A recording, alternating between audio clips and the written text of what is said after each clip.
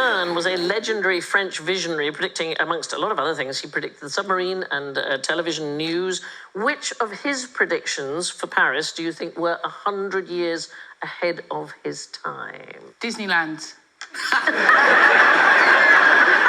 What are the famous books that he wrote? Leagues Under the Sea. 20. Loads of leagues under the sea. 20,000. 20,000. Shitloads of leagues under the sea. It's actually on there. 20,000 Van leagues Mille under the sea. leagues. And Journey to Journey to the Centre of the Earth. Journey to the Centre of the Earth. Yeah. But he also wrote a book called Paris in the 20th Century. Oh. And it was written in 1863, but it was set in 1960. And his predictions have been proved remarkably accurate. He predicted burglar alarms, cars, petrol stations, the Paris metro, canned applause, which is quite a weird one to predict, fax machines, electronic music, the electric chair, skyscrapers, feminism, which he did not approve of.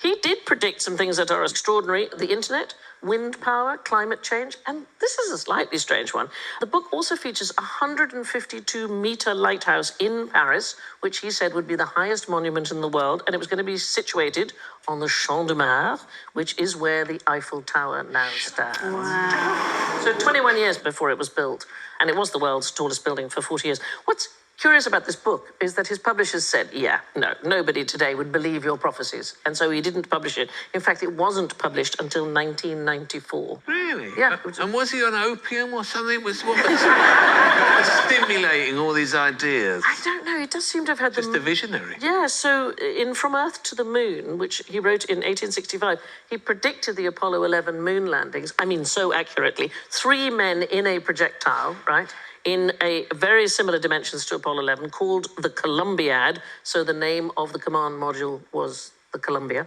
The extraordinary thing about his notions about space travel, they launched from Florida in his book. They came back to Earth by parachuting into the sea. He got the mode of propulsion wrong. He thought they were going to be fired to the moon by giant space guns. Yeah.